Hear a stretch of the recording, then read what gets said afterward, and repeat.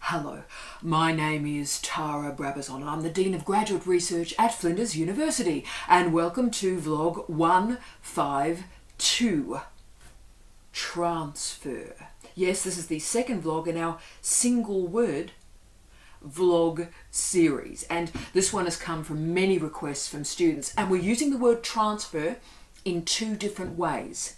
Firstly, students transferring supervisors, but secondly, students transferring their entire candidature from one institution to another, from one university to another. Now, this is relatively common, can I say. It is very common. 40% of PhD students change their supervisory team at some point during their enrolment. 40%. So that's a very large minority. But finding the figures for you on the transfer between universities, that's been much more challenging for me to discover. Universities do record their attrition rate, so the number of PhD students that leave a program, but needless to say, and isn't this a surprise, supervisors and universities do not appear to record when a student leaves one university and enrolls in another and is successful. So that's really an invisible problem. We don't know the scale of it, but something is occurring. Now, there are many reasons why a student leaves an institution. Firstly, their supervisor leaves to take up another job and the students go with them. That is incredibly common. Secondly, though, the funding source or the infrastructure disappears from the candidature. Also relatively common. And thirdly, the student's circumstances change. So that's with regard to work or with family responsibility. So instead of finishing up the project, the PhD, digitally as they move with their family, there is a decision to withdraw from one institution and move into a local university. Again, completely understandable. And it is important to remember that attrition rate. About 50% of students that start a PhD do not finish one. But can I say, and again, this is invisible in the literature, I've really been looking for some data on this week, I receive about 20 applications a year from students who were enrolled in a PhD 2, 5, 10, 15, 20 years ago and would now like to have a second go, often on and about a different topic. And can I say, that group of students, very, very successful group of students. So they've transferred, there's been a time delay, but they've learnt from the first enrolment and are very successful. So this vlog is going to talk about the 5 challenges that you are going to confront if and when you decide to transfer. And before you even think about transferring, I want you to jump over these 5 fences first. There is nothing easy about a transfer. Don't do it if you don't have to do it. You know that cliche, the grass is always greener on the other side of the fence? So true in this case, okay? Now, the caveat I always say in these vlogs is an important one. If you are in a dreadful situation, so racism, sexism, sexual assault, sexual harassment, ableism, whatever particular bias or prejudice or discrimination is impacting on you, then you need to act immediately in this. So don't bother about the 5 fences. Just come and see someone like me at the Office of Graduate Research or that person in your own institution. The priority is to get you culturally safe. So we start with safety and then we work out what possible options are available for you. But if you do decide to move outside of those quite extreme and desperately sad circumstances, if you do decide to move, then it is important that you do it with some integrity. Don't do a dummy spit. Be a bit classy. And we're going to talk about the 5 barriers that you need to go through and how to render the exit relatively classy, okay? So I also wanted to talk about this issue this week for many reasons. We've got a large group of students about to start their PhD at Flinders University and start their PhDs around Australia and around the world, and I hope you have a splendid time.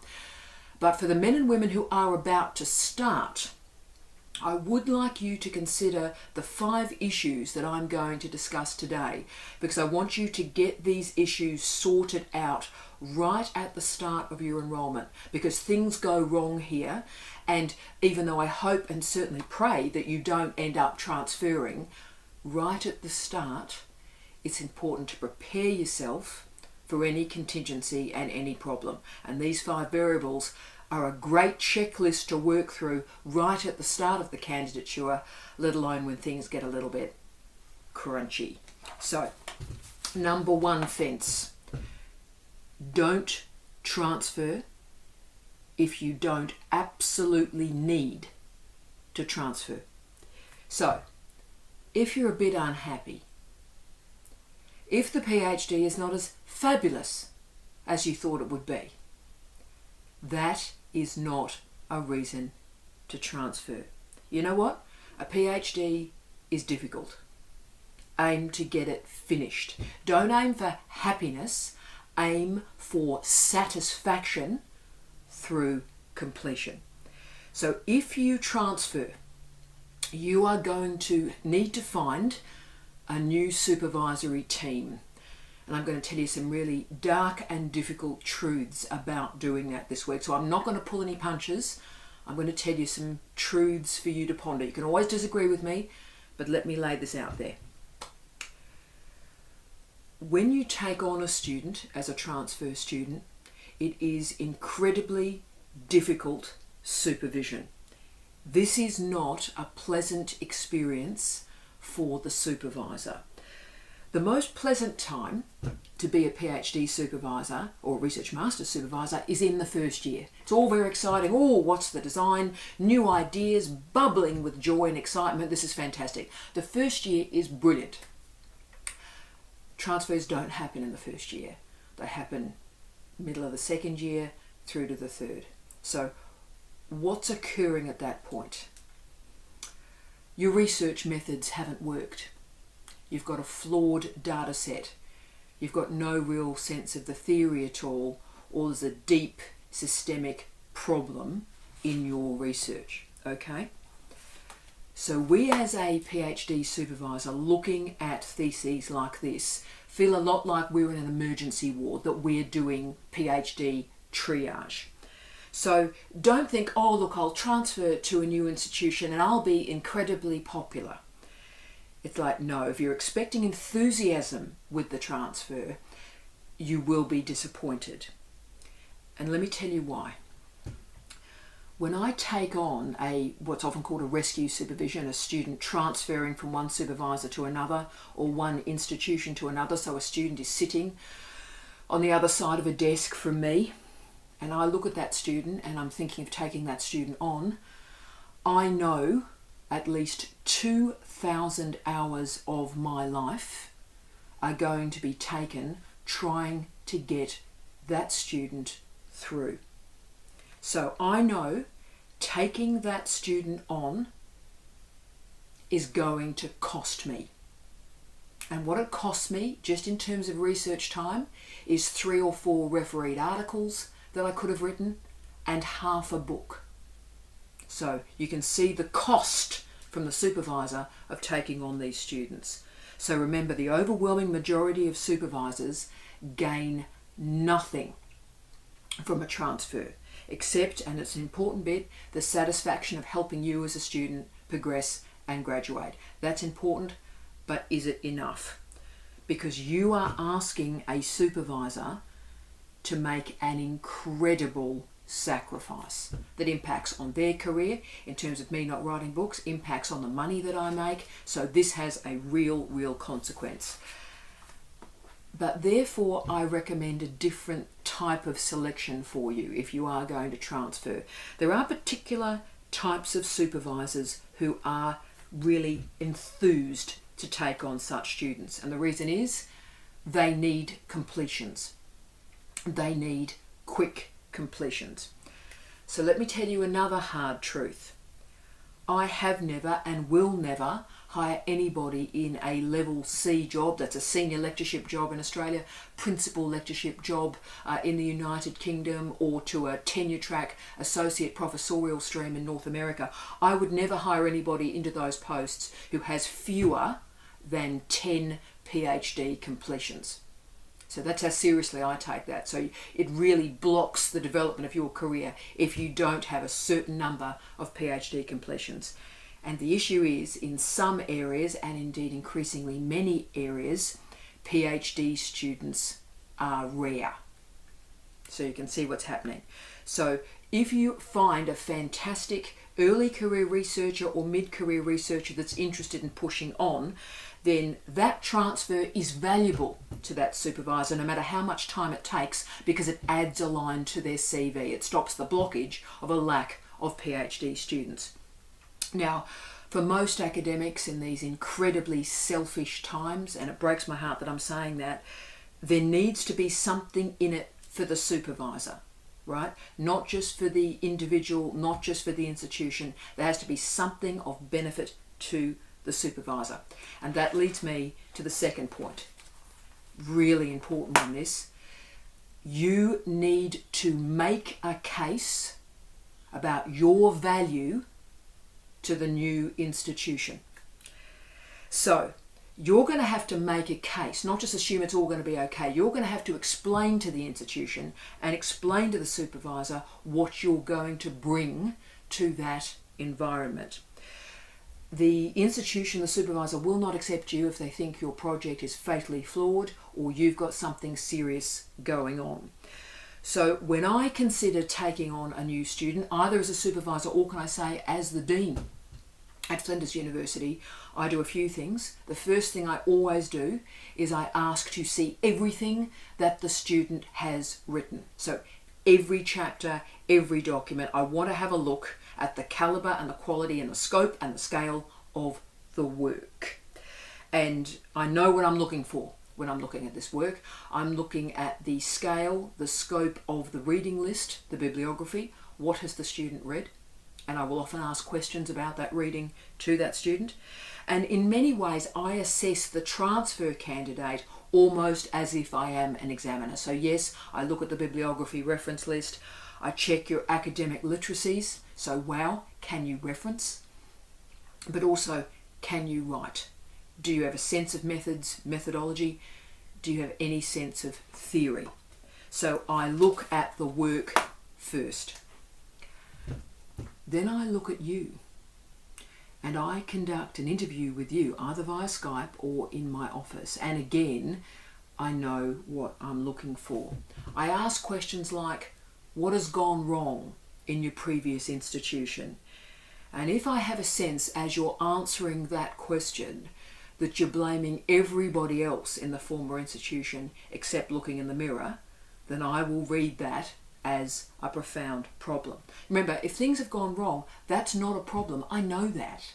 That's why you're transferring. But I need to know about the wrongness, what has occurred, and what have you done, and how your behaviour will change in this next iteration of supervision. So, before you approach the new institution, the new supervisor, make sure your business is in order. Your paperwork's in place, the research is looking okay, and you're mentally together enough to make a convincing case that you're going to get that PhD through to completion. There needs to be a strong sense of the research, its strengths and its weaknesses, and a strong sense of who you are as a scholar and your strengths and your weaknesses. Okay, 3.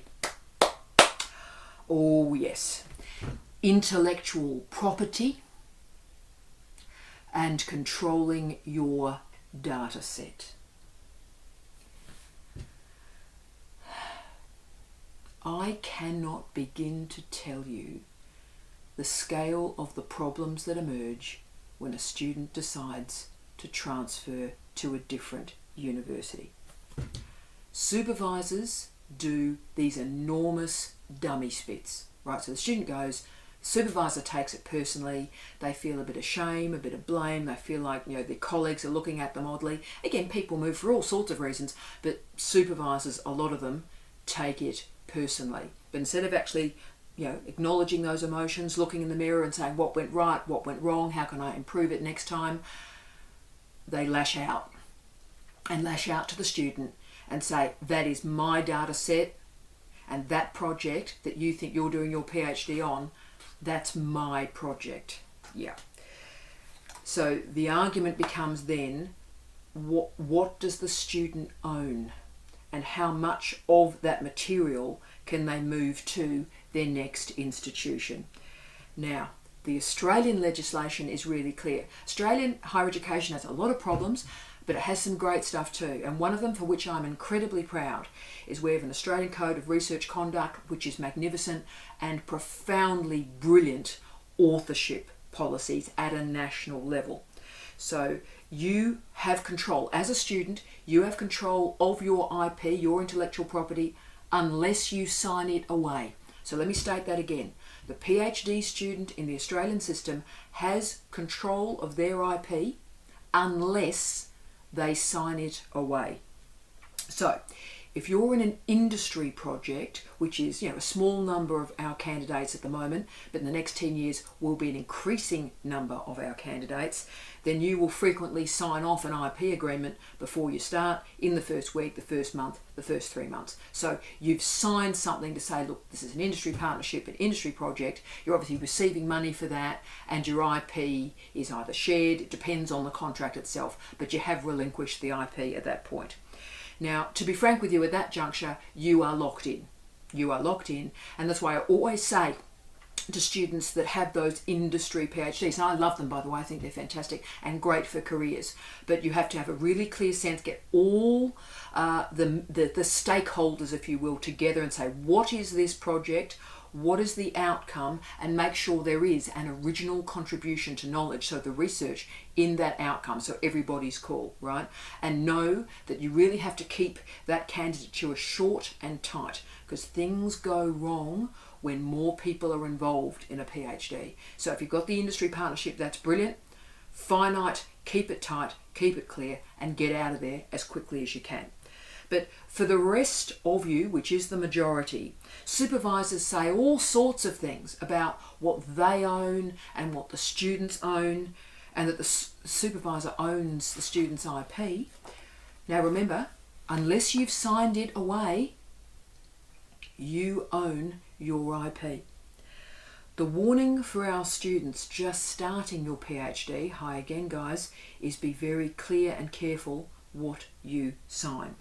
Watch for what you're signing and be very, very clear about what is yours and what involves other people. Because as we know, most research is collaborative, and that's fantastic. Outside of the high humanities, outside of the theoretical social sciences, most research is collaborative. But for all my wonderful students out there in the lab-based environments or clinical environments, I need you right at the start. Yes, you've got a wonderful, dynamic, brilliant lab, that's great. But right at the start, be clear. What is your PhD on? What is your data set? And how can that be distinguished from the other colleagues in the lab? So be clear about your project and bind it up, if you will.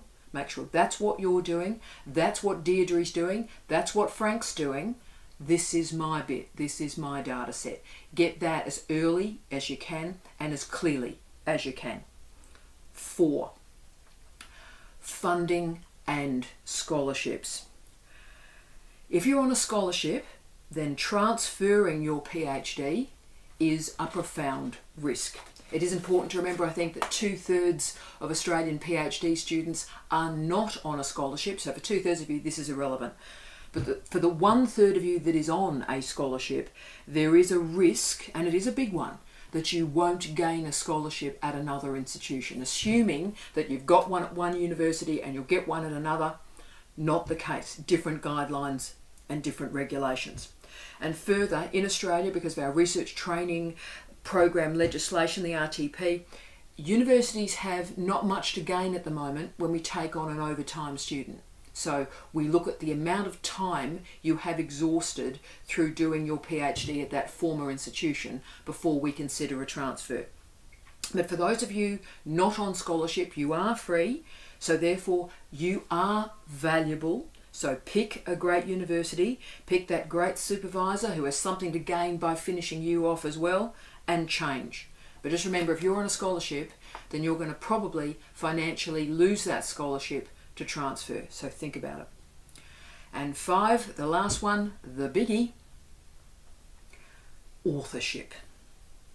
Now we're going to do a whole vlog on authorship. I've been preparing to do a vlog on authorship since this whole party started with these vlogs. This is the greatest issue, problem, challenge that confronts me in the Office of Graduate Research every single day. There are supervisors who supervise only to get publications off their PhD students. Full stop. I've heard PhD students described by supervisors, senior members of universities, as, quote, slaves, end of quote. And then I always remember when I heard that in a meeting, I'd just come back from Australia and Steve was with me. We were in this meeting and they described PhD students as slaves. And then they all laughed about it. So I'm not minimising this issue at all. By the way, sort of in the car home, I sort of had a bit of a cry, and I always remember Steve, his jaw was clenching. We just arrived back in Australia, and you could see he was repulsed about the idea that anybody would think about students in this way. And it's an Australian story, sadly. Remember that many supervisors only supervise students to increase their number of publications. That is their single reason for doing the supervisory work. And let me give you another example. In one of my former jobs, I was a head of school. And this was real, this happened to me. And so a student and a supervisor, can I say only a B-level academic, so not a super senior person, a B-level academic and a student came and saw me, and the supervisor said in front of me that they will not open or read the student's chapter unless they're guaranteed authorship on the article that comes from it. Won't read it. Well, she was actually saying, I won't even open the file off the email.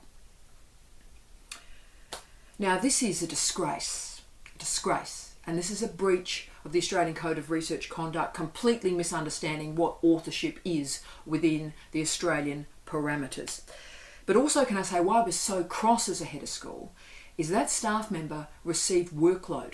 That is, they received a salary to do that feedback work, to provide that feedback, not for a publication, but because teaching PhD students is part of their workload. So if you think about it, Australian taxpayers' money paid that woman to read that chapter, not to double dip and get a publication as well, but simply to offer feedback.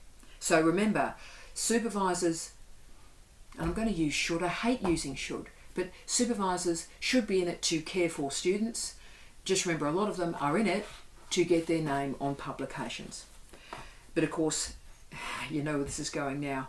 At the point of a transfer, for this particular group of supervisors, things turn really, really nasty, really, really fast. They're not too bothered about the student, terribly bothered about the authorship of the publications coming from the thesis. So authorship is one variable that can be used to block transfers, and this is legitimate. This is real. I have seen a really agitated former supervisor write to a vice-chancellor and block graduation. That's how serious this is. So students want to move, everything is in place, the other institution wants them, the supervisor, the new supervisor is happy to take them, and it collapses. The authorship issue actually collapses the transfer. What a mess. So again, for our students about to commence their candidatures, hi. Issue number 1 to talk through, authorship. How's this going to operate? Who owns what? And of course my line, as you've heard in these vlogs before, is really, really clear. If I write it, it's mine.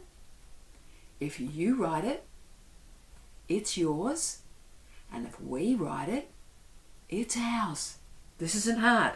So this is simple. It should be simple. It's so often not simple. And can I say, I'm really resonating with this week.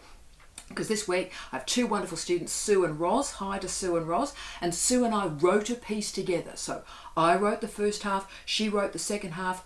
I drafted it and edited it, she drafted and edited it, and it was together, and we sent it off to the journal 2 days ago. So that was the Sue case. Roz was also submitting an article. Her article was strong in and of itself, so I simply read it and drafted it and edited it and offered a few commentaries on it. But that's Roz's article. So you can see the difference. I read it and drafted it and helped her. That's what a supervisor does. And she submitted it under her own name.